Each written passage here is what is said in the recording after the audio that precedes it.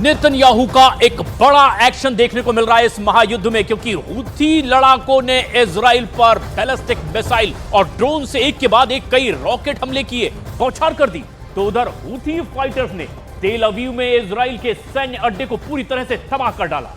Houthi के हमलों के बीच इजराइल ने अब सीरिया के अलेप्पो में हवाई हमले किए और इजराइल की बमबारी से तुर्की को अब एक बड़ा झटका लगा है। इजराइल का साथ देने के लिए अमेरिका ने अब सीरिया में नए सैन्य अड्डे से एक बड़ा एक्शन शुरू कर दिया है।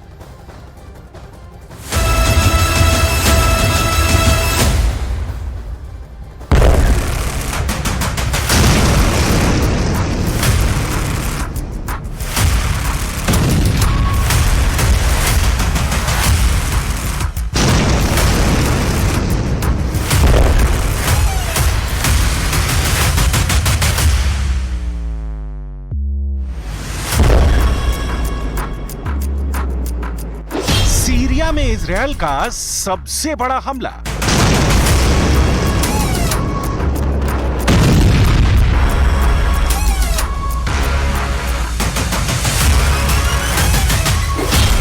कमांडर जूलानी के गढ़ अलेप्पो पर एयर स्ट्राइक।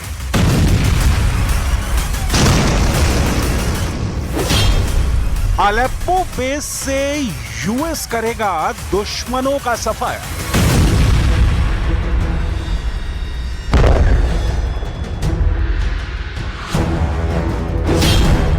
सीरिया में एर्दोआन का गेम ओवर।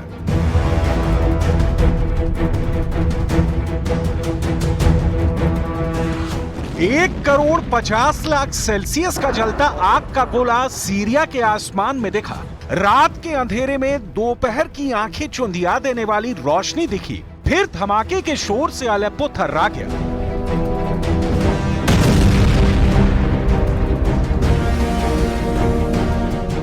एक के बाद एक 7 ऐसे धमाके हुए कि धरती कांपने लगी। ये कमांडर जूलानी की सल्तनत पर अब तक की सबसे बड़ी करारी चोट है।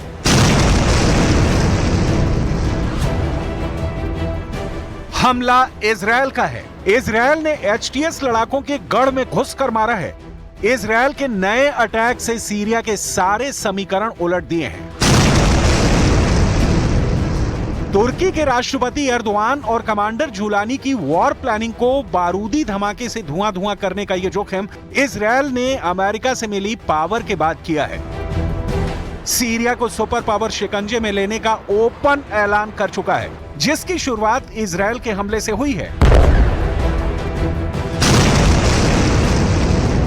इजरायल की अलेप्पो स्ट्राइक से जहां कमांडर जूलानी की हेकड़ी गोल हो गई है, वहीं तुर्की के प्रेसिडेंट भी बौखला गए हैं, जबकि हमले की डिटेल से ईरान को भी सेटबैक लगा है। इजरायल ने गुरुवार शुक्रवार की दरमियानी रात को सीरिया के अलेप्पो शहर के दक्षिण में सीरियाई सेना के ठिकानों पर बमबारी की है। सीरियाई मीडिया रिपोर्ट ने यह जानकारी दी है कि इजरायली सेना का यह सीरिया के अंदर सबसे ताजा हमला है। देर रात किए गए हमलों में इजरायल के अलेप्पो के नजदीक अल सफीरा शहर के पास एक रक्षा सुविधा और एक वैज्ञानिक अनुसंधान केंद्र को निशाना बनाया है। Syrian observatory for human rights ने कहा कि अलेप्पो के दक्षिण में रक्षा कारखानों पर इजरायल हमले में कम से कम 7 बड़े विस्फोट सुने गए। हालांकि इजरायल का हमला इतना सटीक और अचूक रहा कि किसी नागरिक की जान नहीं गई। एएफपी ने अल सफीरा के निवासियों के हवाले से बताया कि इजरायल ने जिस रक्षा कारखाने पर हमला किया वो पूरी तरह तबाह हो गया है। इजरायल के हमले बहुत जोरदार थे, जिससे अलेप्पो में जमीन हिल गई, दरवाजे और खिड़कियां खुल गईं। एएफपी के मुताबिक इजरायल के धमाके के दौरान अलेप्पो में रात में दिन जैसा उजाला हो गया।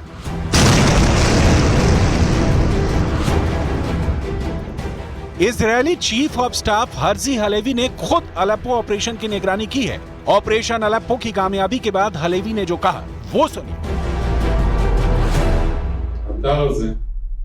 הולך להתחיל לייצר כל שנה כמות גדולה מאוד של טילים שיהוו בעיה גדולה מאוד לביטחון מדינת ישראל. זה ילך ויתפזר ויהיה בהרבה מקומות ובכל מיני ידיים, ואין לנו כוונה להגיע לזה שזה מתממש.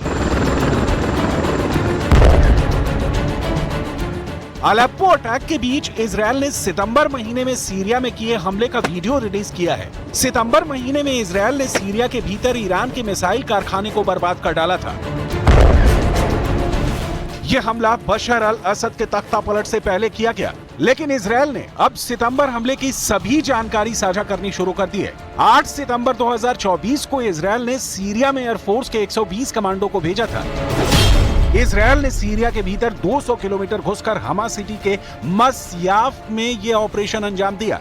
2017 में पहाड़ खोदकर बनाए गए ईरान के मिसाइल सेंटर से हिजबुल्लाह के लिए मिसाइलें बनाई जाती थी, जिसे तबाह करने के लिए इजरायल ने 120 कमांडो फोर्स को अंडरग्राउंड मिसाइल बेस में भेजा। इजरायल एयरफोर्स के कमांडो ने ईरान के मिसाइल बेस को बारूदी धमाके से तहस नहस कर सुरक्षित वापसी कर ली थी। ये तस्वीरें उसी ऑपरेशन की हैं, जहां अंडरग्राउंड मिसाइल बेस में इजरायल के कमांडो फोर्स धावा बोल रहे थे। वीडियो में इजरायल ने दावा किया है कि दिख रहे हथियार हिजबुल्लाह को भेजी जाने वाली मिसाइलें थी, जिन्हें वक्त रहते तबाह कर दिया गया।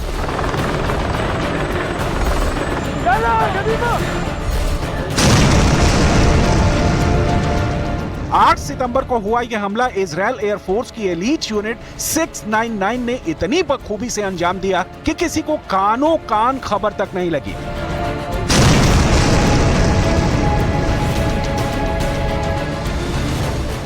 ईरान की मदद से सीरिया की सेना फैक्ट्री में रॉकेट मिसाइल के इंजन बना रही थी। फैक्ट्री में 100 से 300 मिसाइलें सालाना बनाई जा रही थी। जिस जगह ये फैक्ट्री थी वो लेबनान सीमा के नजदीक थी। सीरिया की फैक्ट्री में मिसाइलें बनाकर उन्हें लेबनान में हिजबुल्लाह के पास भेजा जाता था। अब जब हिजबुल्लाह और हमास दोनों युद्ध में सरेंडर मोड में हैं, तब इजरायल इन हमलों के वीडियो जारी कर क्या मैसेज दे रहा है, इसे समझना जरूरी है। असल में इजरायल ने सीरिया में तुर्की की चाल को काटना शुरू कर दिया है। तुर्की सीरिया में कुर्द फोर्स को कुचलने का मिशन शुरू कर चुका है। तुर्की के राष्ट्रपति ने कुर्द लड़ाकों को जल्द से जल्द सीरिया से भाग जाने की धमकी दी है। तुर्की के विदेश मंत्री हकान फिदान ने ये धमकी दूसरे देशों के नेताओं के सामने भी देने से बाज नहीं आ रहे हैं। Suriye'de kamplar dışında da bulunan yabancı terör savaşçılarla alakalı özellikle PKK saflarında bulunan ülkenin birliğine, bütünlüğüne karşı duran, sadece Suriye'nin birliğine, bütünlüğüne karşı durmakla kalmayıp Türkiye'nin ve çevre ülkelerin de birliğini, bütünlüğünü tehdit altına alan unsurların da bir an önce ülkeyi terk etmeli. तुर्की ने बशर का तख्ता पलट करने के बाद Syria में मनमानी चलानी शुरू कर दी थी। तुर्की समर्थित सीरियन नेशनल आर्मी ने कुर्द इलाके पर कब्जा करना शुरू किया। तुर्की ने कुर्द लड़ाकों की सफाई के लिए हथियार और सेना की तैनाती सीरिया में बढ़ाई। एर्दोआन के इस प्लान से इजरायल और अमेरिका को एक्शन मिला दिया है। इजरायल ने जहां हमले शुरू किए हैं, वहीं अमेरिका सीरिया में दुश्मनों की सफाई के लिए नया बेस भी बनाने जा रहा है। पश्चिमी मीडिया की रिपोर्ट के मुताबिक अमेरिका ने कथित तौर पर सीरिया के अलेप्पो प्रांत में एक नया सैन्य अड्डा बनाया है, जिससे मिडिल ईस्ट में तनाव बढ़ गया है। अमेरिका के अलेप्पो बेस से बख्तरबंद गाड़ियां और ट्रकों के काफिले कुर्द नियंत्रण वाले इलाके में हथियार सप्लाई भी शुरू कर चुके हैं।